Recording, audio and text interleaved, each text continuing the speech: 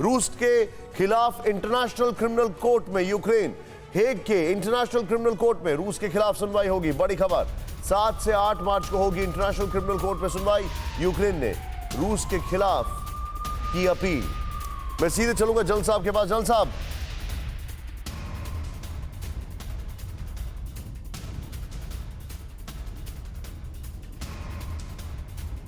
मैं सीधे चलूंगा जनरल साहब के पास। जनरल साहब, रूल ये कहता है कि अगर आपने सिविलियन एरियाज में हमले किए तो सीधे सीधे ये वॉर क्राइम है। रूल ये भी कहता है कि अगर सिविलियंस आपके ऊपर अटैक कर रहे हैं with the intent to harm your army तो वो फिर वॉर क्राइम नहीं है।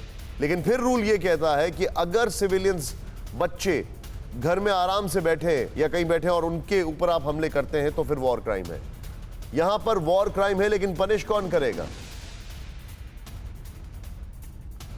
देखिए, जो आपने ये सवाल रेज किया है ये बड़ा कॉम्प्लिकेटेड सवाल है, क्योंकि जब भी कभी लड़ाई होगी तो उस लड़ाई के अंदर ये प्रूव करना कि आपकी फौज ने डेलिबरेटली सिविलियंस को मारा है तो ये बड़ा मुश्किल है।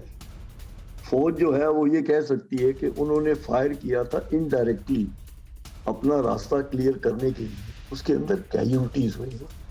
क्योंकि जब एक इन्वेजन शुरू होता है, मिलिट्री ऑपरेशन शुरू होते हैं, तो उसके अंदर विटनेसेस नहीं मिलते हैं। जो मुकदमे चलते हैं वो चलाते हैं विक्टर्स अगेंस्ट द वैंक्विश्ड जी। तो ये जो आपने जो रेज किया है सवाल, ये बड़ा कॉम्प्लिकेटेड सवाल है, इसका जवाब देना बड़ा मुश्किल है। अगर इसका जवाब देना हो तो इराक में लड़ाई हुई है, सीरिया में हुई है जिसमें इतनी डिस्ट्रक्शन हुई है, तो उसके बाद भी वो रेस किए जा सकते हैं। तो ये मेरे ख्याल से ये सवाल जो है ये बड़ा मुश्किल सवाल आपने रेस किया है। आप जो बता रहे हैं सर, ये आप जो बता रहे हैं ये यू आर एब्सोल्युटली राइट, लेकिन because I am a soldier, listen to me. Yes, sir. If you want to, I am a general myself. So I can say that this you have asked a very complicated question. इसको answer करना मुश्किल है, क्योंकि बाद में जाके trials हो सकती हैं। Okay, understood, point taken sir. I am sorry to interrupt you in between, लेकिन बड़ी खबर यह है यूएस आर्मी, नेवी और एयर चीफ ने रूस चीन पर कही बड़ी बात। पिछले 10 महीने में दुनिया की सुरक्षा की स्थिति बिगड़ी है। चीन और रूस इसके लिए काफी हद तक जिम्मेदार है। रूस का न्यूक्लियर हथियारों की तैनाती का फैसला बेहद खतरनाक है। रूस का यह फैसला दुनिया के लिए एक सिग्नल है। बड़ा सवाल यहां पर जो है वो मैं पूछने से पहले आपको एक और बड़ी खबर दिखाना चाहूंगा। अमेरिका की तीनों सेनाओं के चीफ ने दी जानकारी।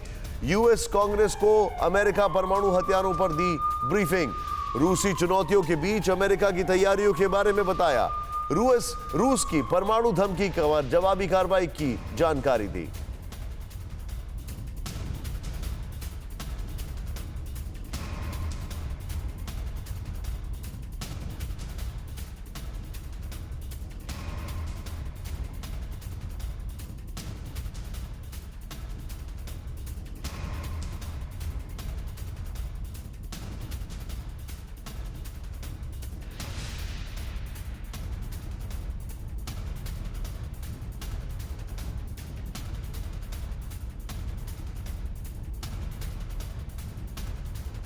आइए अब आपको दिखाते हैं कि आखिर इस पूरे मामले में क्या हुआ है। यूएस आर्मी ने जो ब्रीफिंग दी है यहां पर, लेकिन मेरा एक बड़ा टेक्निकल सवाल है, मैं जो आंचल सर से जानना चाहूंगा। यहां पर अमेरिका की तीनों सेनाओं के प्रमुखों ने कई बड़ी बातें कही हैं और ध्यान से देखें वो क्या कहा है उन्होंने। रूस और चीन का रवैया पूरी दुनिया के लिए खतरे का सिग्नल है, नंबर 1। नंबर 2, चीन और रूस स्पेस में सैन्य आतंक फैलाने की कोशिश कर रहे हैं, न एक्सचेंज करें।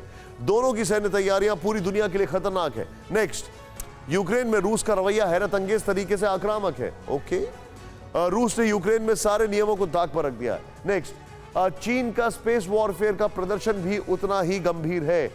चीन 2030 तक 1000 न्यूक्लियर वॉरहेड पर काम कर रहा है। चीन अपने नए हथियारों से दुनिया के लिए खतरा बन रहा है। मैं चाहूंगा इस वॉल के साथ सीधे यहां पर आए अभी, और मैं क्विक रिएक्शन यहां पर लेना चाहूंगा ये वॉल और शॉट्स के साथ। आंचल सर, ये वो कंट्रीज की सेनाएं बात कर रही हैं, वो लोग बात कर रहे हैं जो अभी अभी अफगानिस्तान में हार कर आए। Let's accept it, they lost Afghanistan, और ये रूस को खतरा बता रहे हैं। यूक्रेन की बिसात के ऊपर अपने प्यादे रख रहे हैं। क्या मजाक है? Are they concern for the world? No, not at all, not at all. मैंने पहले जब से कह रहा हूँ, आप जो बाइडेन का भी देखिए, उनके चेहरे पे मुस्कुराहट है कि वो क्या कर रहे हैं, अपनी कॉन्स्टिट्यूएंसी को बता रहे हैं कि वो क्या कर रहे हैं, रशिया को बर्बाद कर रहे हैं। एक भी शब्द उन्होंने बोला कि यूक्रेन में क्या हो रहा है, यूक्रेन में कैसे लोग मर रहे हैं, यूक्रेन की बर्बादी हो रही है, यूक्रेन आने वाले 100 साल तक फिर इस तरह से उठ के वापस नहीं आ पाएगा। ये तो है नंबर 1। नंबर 2, बिल्कुल आपने सही कहा, ये जो आज रशिया यूक्रेन में कर रहा है, या अमेरिका ने क्या पहले इराक में नहीं किया? केमिकल वेपन्स के नाम पे रिजीम चेंज के लिए गए, सद्दाम हुसैन को न्यूट्रलाइज किया। लीबिया में नहीं किया क्या? अफगानिस्तान में नहीं किया? वियतनाम में नहीं किया? और तीसरी बात, ये जब से ये विवाद शुरू हुआ है, एक क्लासिफाइड इंफॉर्मेशन और इंक्लूडिंग ये जो ब्रीफिंग्स हैं, ये with in the American system रहनी चाहिए। इसे पब्लिसाइज किया जा रहा है, यानी एक नैरेटिव बनाया जा रहा है, anti Russia sentiment, anti China sentiment को बढ़ाया जा रहा है। और वो चीजें जो डिप्लोमेटिकली या पॉलिटिकल लेवल पे बोली जानी चाहिए, वो आप अपने आर्म फोर्सेस के चीफ्स के थ्रू पब्लिसाइज तरीके से कर रहे हैं। तो अब आप इसके पीछे पूरा क्या गेम प्लान है, ये कोई बच्चा भी समझ सकता है। आप इसमें कोई बहुत बड़ी रॉकेट साइंस आप जो नहीं है। बता रहे, you are absolutely right sir.